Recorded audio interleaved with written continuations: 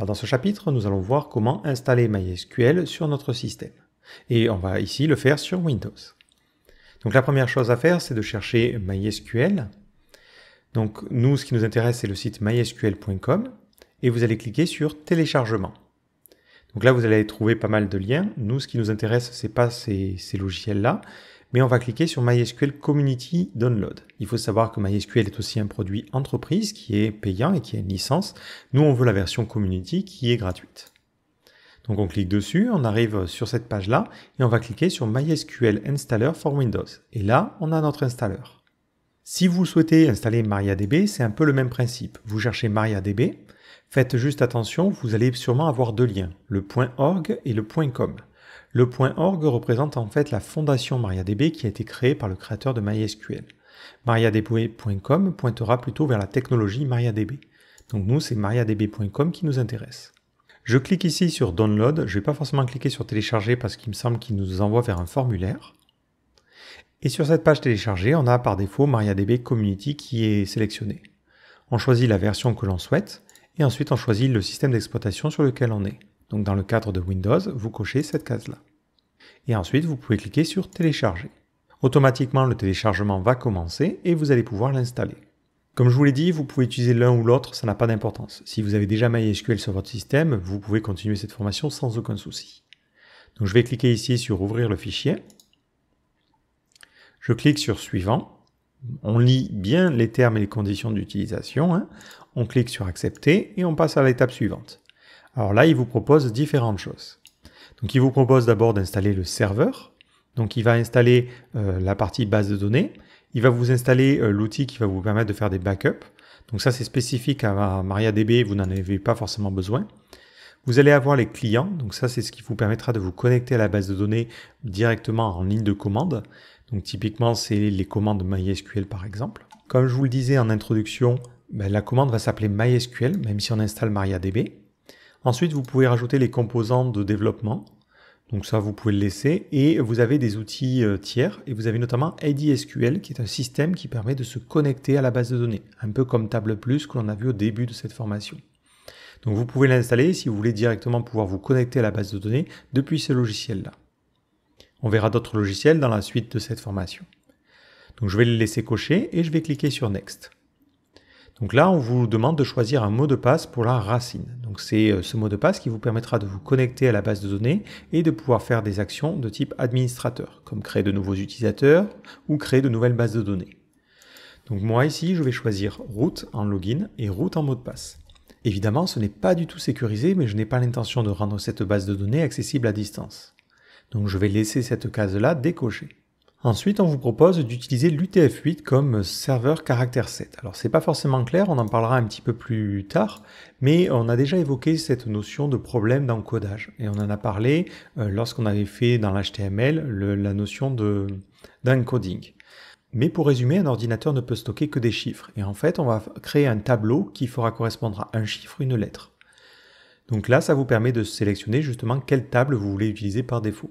Donc nous, on va mettre cette case-là cochée par défaut parce qu'UTF-8 est un très bon système pour pouvoir sauvegarder des caractères complexes. On clique ensuite sur Suivant. On peut ensuite choisir où on va stocker les bases de données. Donc moi, je vais laisser ce dossier-là et je clique sur Suivant. Donc il va installer un service. Donc le service, c'est ce qui vous permettra de démarrer automatiquement MySQL avec votre système si c'est nécessaire. Donc on va laisser cette case cochée et on va aussi laisser cette case cochée parce que ça nous permettra de nous connecter à la base de données. Le dernier paramètre, on l'ignore, on peut cliquer sur Suivant. Je clique maintenant sur Installer et il va copier les fichiers et lancer l'installation. Et je peux cliquer sur Finir. Pour ceux qui essaieraient d'installer MySQL, je vous donne un petit peu les instructions parce que l'installeur est complètement différent. Donc vous allez cliquer ici sur Custom parce que vous voulez choisir ce que vous voulez installer. Par défaut, il installe beaucoup de choses qui ne sont pas forcément utiles. Vous allez sélectionner le MySQL Server. Donc vous prenez la dernière version. Donc moi, je vais prendre celle-ci. Ensuite, dans la partie Applications, vous avez plein de choses, mais ce que vous pouvez installer, c'est le Shell. Donc le Shell vous permettra de communiquer avec votre base de données. Donc pareil, vous prenez la dernière version. Moi, je ne vais pas l'installer parce que j'ai déjà installé MariaDB à côté. Et ensuite, vous pouvez laisser tout le reste décoché. Je clique ici sur suivant, je clique sur exécuter. Automatiquement, il va installer le produit en question. Je clique sur suivant, encore une fois sur suivant, et il va me proposer maintenant de configurer chacun des produits. D'une part le shell, mais aussi ici mon serveur. Donc je choisis une configuration de développement, ça veut dire que ma base de données ne sera pas forcément accessible à distance, ça me va très bien. Par défaut, on laisse toutes les informations de base, pas de problème, on clique sur suivant. On peut choisir le type d'authentification. Si vous voulez éviter les problèmes de compatibilité, vous pouvez choisir un vieux système.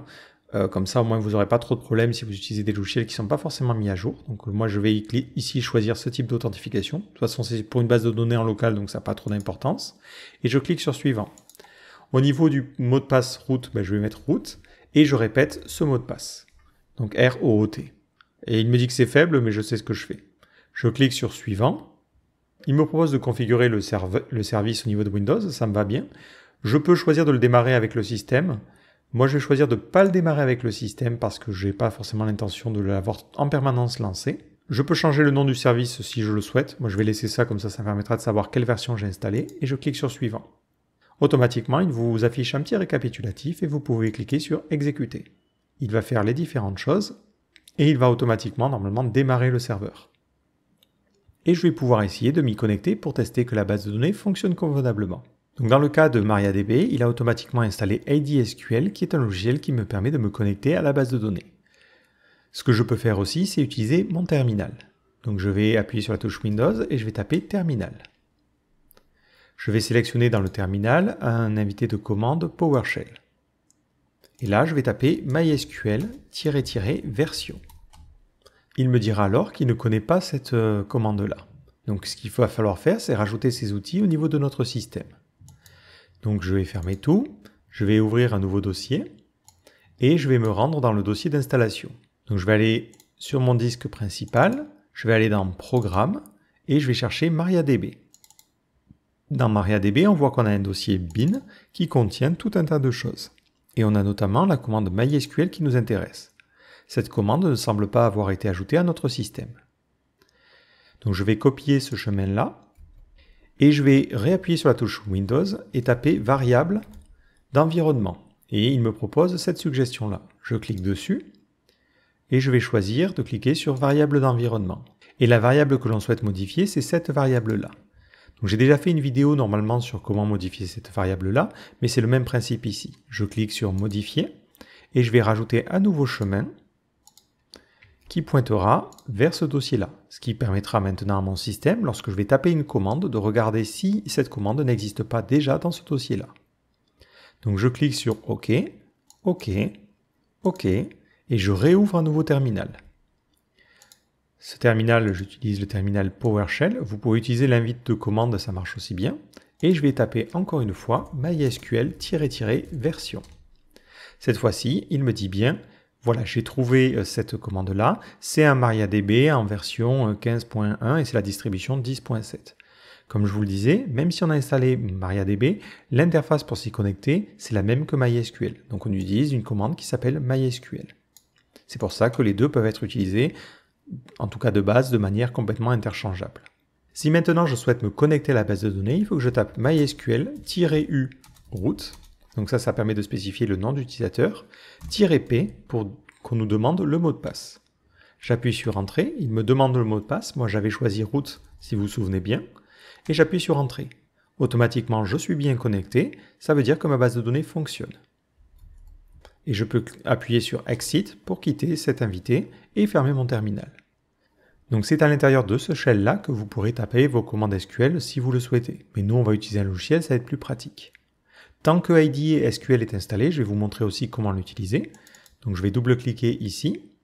Donc par défaut, on a un gestionnaire de session. On va ajouter une nouvelle session. Automatiquement, il trouve la DLL, donc il essaie de se connecter à MariaDB. On laisse le nom d'hôte par défaut. On peut se connecter sur des serveurs distants, mais ce n'est pas ce qui nous intéresse ici. Et on nous demande le login et le mot de passe. Donc ici, je mets root et root. Une fois que je suis satisfait, je ne clique pas sur ouvrir, mais je clique sur enregistrer.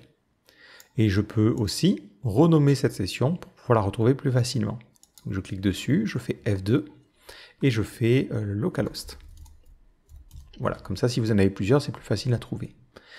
Je clique maintenant sur ouvrir Et je me retrouve avec un panneau qui ressemble à ça. À gauche, j'ai l'ensemble de mes bases de données.